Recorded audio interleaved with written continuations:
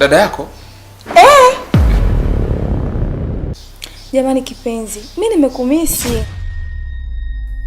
Kama ulikuwa hujui, kazi moja ya Sonia aliyokuja nayo humu ndani ni kwa ajili tu ya kuweza kumteka mume wa Kizibo, na ndio maana mpaka sasa hivi anatumia nguvu zake za kichawi kwa ajili ya yote hayo. Lakini iko siri iliyojificha nyuma ya pazia ambayo nitakwenda kukueleza katika video hii. Lakini kabla hatujafika mbali, nikukumbushe jambo moja la msingi sana. Kumbuka tu kusubscribe hivi sasa. Kama bado hujajiunga na familia hii kubwa, basi gusa hilo neno subscribe, neno lililopo pembeni chini ya video hii hapa hivi, ili ukajihakikishia kwamba unakuwa mtu wa kwanza kabisa kupata kila episode mpya. Lakini kwa ajili ya taarifa zote, gusa hiyo alama ya kengele inayojitokeza ili usipitwe na taarifa yoyote ya mzigo huu safi kabisa wa kuitwa dada wa kazi mchawi.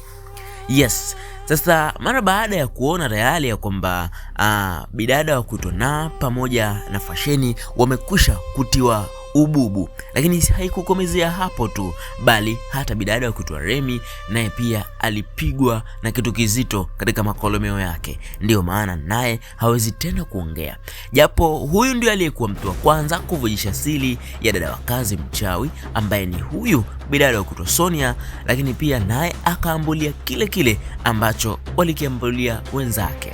Sasa tayari tumekwisha kuona dalili za karibu kabisa za Kizibo na mumewe kuanza kumshtukia huyu mdada wa kazi, na ndio maana mpaka sasa hivi wameamua kufanya jambo moja, kwenda mpaka kwa bidada wa kuitwa Remi kwa ajili ya kuthibitisha, je, naye haongei tena ama inakuwaje?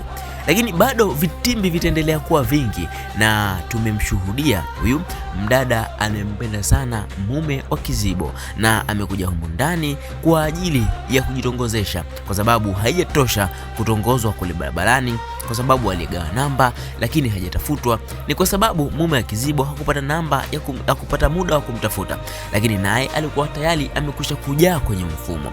Sasa guess what? Tayari huyu bidada amekwisha kustuliwa na amejificha katika moja ya chumba ambacho kimo mule kwa mume wa Kizibo. Lakini papo hapo, kumbuka mke wake haiko mbali, muda sio mrefu atakuja.